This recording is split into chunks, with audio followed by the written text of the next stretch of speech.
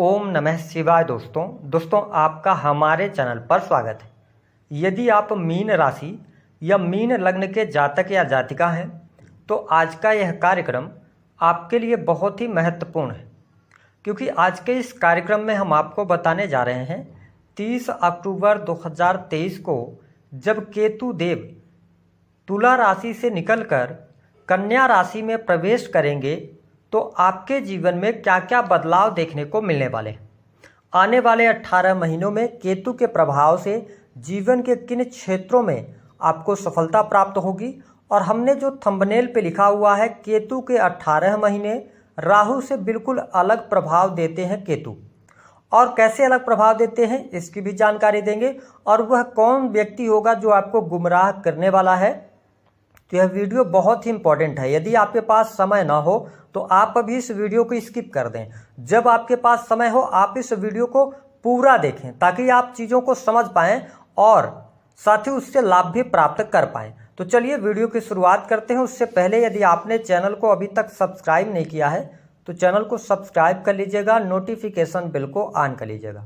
देखिए मीन राशि वालों, यदि हम बात करें केतु की तो केतु देव आपके अष्टम भाव से निकलकर आपके सप्तम भाव में गोचर करेंगे, और हमारे ज्योतिष शास्त्र में केतु को आध्यात्मिक ग्रह माना जाता है।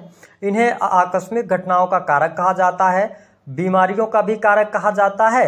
अब देखिए केतु देव अभी तक आपके अष्टम भाव में चल रहे थे, जिसके परिणाम स्वरूप आपके जीवन में कोई न कोई समस्या अवश्य निकल कर आ रही थी, लेकिन केतु देव के 7वें भाव में आने की वजह से आपके जीवन में शुभता अवश्य प्राप्त होने वाली है। देखिए केतु देव सप्तम भाव में गोचर करेंगे तो केतु का एक स्वभाव, सप्तम भाव किस चीज का होता है? आपके मैरिटल लाइफ का होता है, पार्टनरशिप का होता है और डेली इनकम का होता है। तो सप्तम भाव में केतु के आने की वजह से आपके मैरिटल लाइफ में उतार चढ़ाव थोड़ा बहुत अवश्य देखने को मिलेगा, लेकिन आपको क्या है कि केतु का एक नियम है कि जहां पर ये बैठते हैं आप उस भाव से रिलेटेड चीज़ों के बारे में नहीं सोचना है।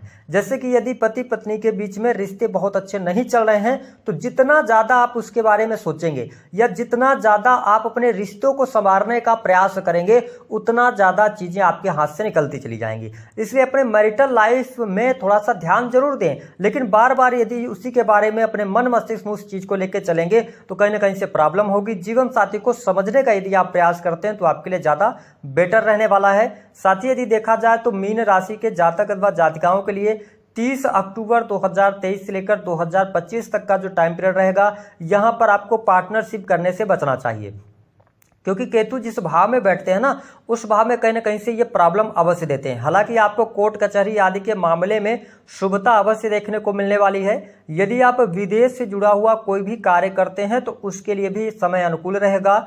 कोर्ट कचहरी आदि में मामले अगर बहुत लंबे समय से लंबित हैं तो उनसे आपको इन 18 महीनों में मुक्ति अवश्य मिलने वाली है। साथ ही आप देखें कि सप्तम भाव से केतु देव की जो पंचम दृष्टि है ना वो आपके 11th हाउस पर पड़ेगी। अब समझना है आपको कि पंचम दृष्टि का क्या प्रभाव आपको देखने को मिलेगा। देखिए पंचम दृष्टि जो है ना इनकी, ये आपके लक को प्रदर्शित करती है। पंचम भाव पर केतु की दृष्टि यदि पंचम दृष्टि जिस भाव पर पड़ती है तो समझ लीजिए उस भाव से रिलेटेड लक आपका साथ देने लगता है।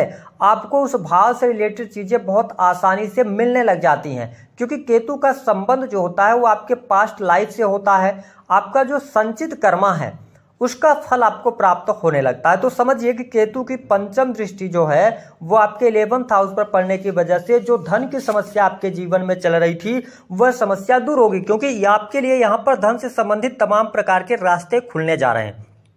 साथ ही आपके इनकम आप सोर्सेस डेवलप होने वाले हैं।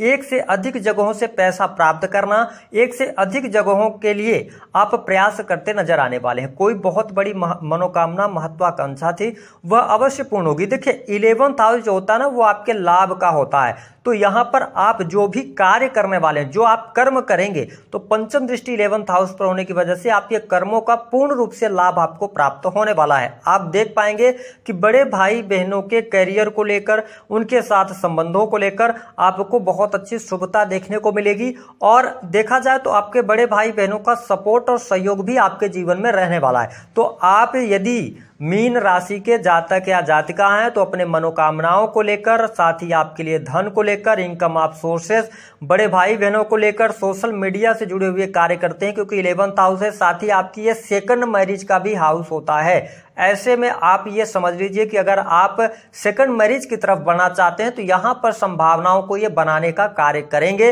हालांकि मैरिज के लिए जो टाइम पीरियड होगा वो मार्च 2024 के बाद से आपको देखने को अवश्य मिलेगा। उसके पहले थोड़ी सी संभावनाएं यहां पर कम दिखाई दे रही हैं। अब देखिए केतु देव की जो 7वीं दृष्टि है वो आपके लग्न पर पड़ रही है। यहां पर राहु देव ऑलरेडी विराजमान रहेंगे, ये थोड़ी सी प्रॉब्लम करते हैं। 7वीं दृष्टि जहां पर इनकी पड़ती है थोड़ा सा वहां पे समस्या देते हैं और इनका संकेत ये होता है कि जहां पर 7वीं दृष्टि पड़ रही है उस चीज को लेकर आपको अवेयर रहना है। यानी कि 7वीं दृष्टि आपके स्वास्थ्य यानी प्रथम भाव पर पड़ रही तो आपको अपने स्वास्थ्य को लेकर सचेत जरूर रहना है। कहीं ना कहीं से आपको अगर कोई भी हेल्थ इशू आता है तो उसको आपको इग्नोर नहीं करना है, अन्यथा ये आपकी हेल्थ में थोड़ा सा इफेक्ट डाल सकते हैं और लग्न पर दृष्टि पड़ने की वजह से ये तनाव बढ़ाने का कार्य कर सकते हैं। तो थोड़ा सा आप अपनी हेल्थ का जरूर आगे चल के ध्यान रखेंगे आने वाले टाइम पे तो अच्छा रहेगा, क्योंकि आप शनि की 7.5 के भी प्रभाव में चल रहे हैं। अब देखिए हम बात करेंगे केतु की जो 9वीं दृष्टि है उसके बारे में।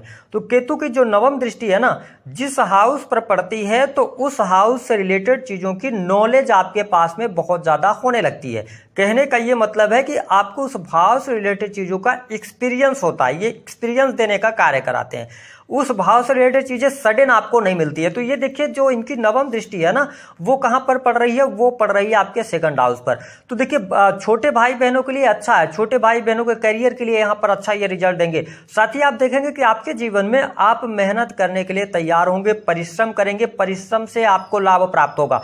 अब देखिए जैसे ये 30 अक्टूबर को ट्रांजिट कर रहे हैं तो नवंबर और दिसंबर में किसी चीज के लिए आप अगर प्रयास करते हैं तो वो चीजें आपको मिलेंगी जरूर, लेकिन पहले उसका आपको बैड एक्सपीरियंस होगा। उन चीजों को प्राप्त करने में आपको थोड़ा सा संघर्ष ये देंगे, फिर उसके बाद उन चीजों को आप देंगे। इस तरीके से समझिए कि केतु का ये प्रभाव है कि जहां पर ये अपनी 9वीं दृष्टि डालते हैं, मान लीजिए किसी सदस्य का स्वास्थ्य खराब है तो आपको बार बार हॉस्पिटल्स के इतने चक्कर लगाने को पड़ गए और इतनी सारी दवाइयों के बारे में डॉक्टर ना होते हुए आपको नॉलेज हो गया, वो भविष्य में आके आपको काम आने वाली है। तो ठीक इसी प्रकार से आपके साहस और पराक्रम में वृद्धि करने का कार्य करेंगे।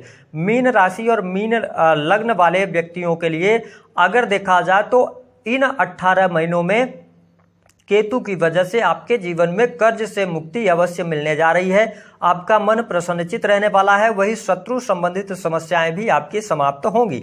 साथ ही देखिए सबसे इंपॉर्टेंट बात यह रहेगी कि यदि आप नौकरी कर रहे हैं तो नौकरी कर रहे जातकों के लिए समय बहुत ही अनुकूल रहने वाला है। दिसंबर 2023 से लेकर और मार्च 2024 तक आपको प्रमोशन मिलने जा रही है। नई नौकरी की संभावनाएं यहां पर दिखाई दे रही हैं। अगर आप कोई कॉम्पिटिटिव एग्जाम वगैरह देते हैं तो एग्जाम आप क्रैक कर सकते हैं, ये स्थितियां आपके लिए बहुत अच्छी बनेंगी।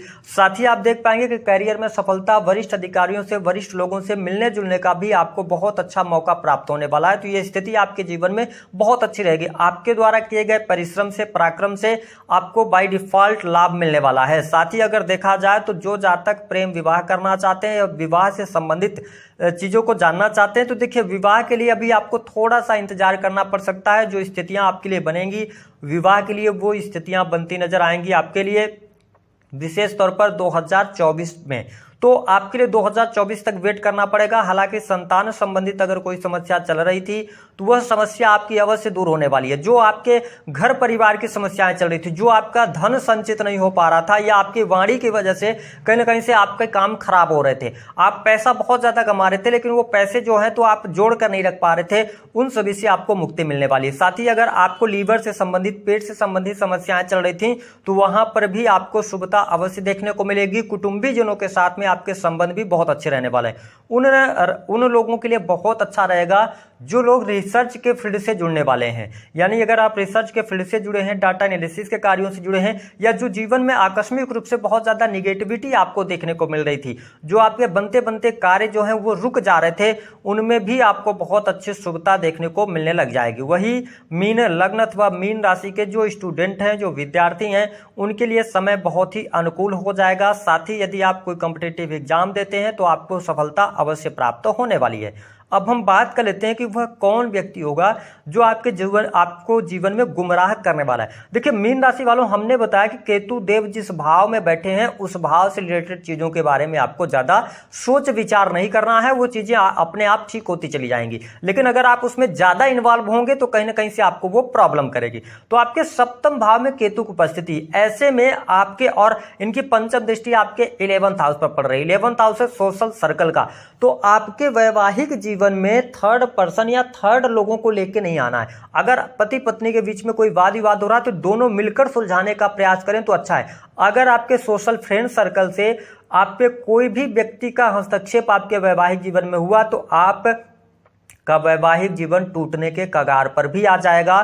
पहली बात को आपको नोट करके चलना है। दूसरी स्थिति आपको ये ध्यान रखकर चलना है जिसकी वजह से आप गुमराह न हो कि केतु और राहु की स्थिति लगन और 7वें में है। ऐसी स्थिति में यदि आप प्रेम विवाह करने जा रहे हैं तो पहली बात तो आप ये देख लें कि आपके जीवन के अंदर केतु की महादशा तो नहीं चल रही है या राहु की महादशा नहीं चल रही। अगर केतु में चंद्र या राहु में चंद्र चल रहा होगा तो आप बिल्कुल भी प्रेम विवाह नहीं कीजिएगा, आगे चल के वो प्रेम विवाह आपका टूट जाएगा।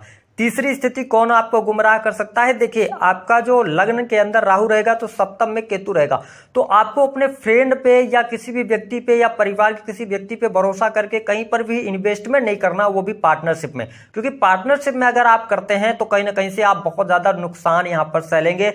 आपको स्वयं का कार्य करने से ज्यादा बेहतर लाभ प्राप्त होगा। उपाय क्या करना है? उपाय के तौर पर सबसे अच्छा रहेगा कि शनि की 7.5 भी चल रही है, साथ ही लगन में राहु है, सप्तम में केतु है, तो आपके लिए सबसे अच्छा उपाय रहेगा भगवान शिव की आराधना कीजिए। सोमवार के दिन भगवान शिव को जल में थोड़ा सा दूध मिलाकर और उनको अर्पित कीजिए, इससे आपको लाभ मिलेगा। शनिवार के दिन काले तिल के लड्डुओं का आप दान करते हैं तो भी आपको बहुत अच्छे परिणाम राहु केतु से देखने को मिलने वाले हैं। तो दी गई जानकारी पसंद आई तो वीडियो को लाइक कर दें, चैनल को सब्सक्राइब कर दें, जितना हो सके शेयर करना ना भूलें।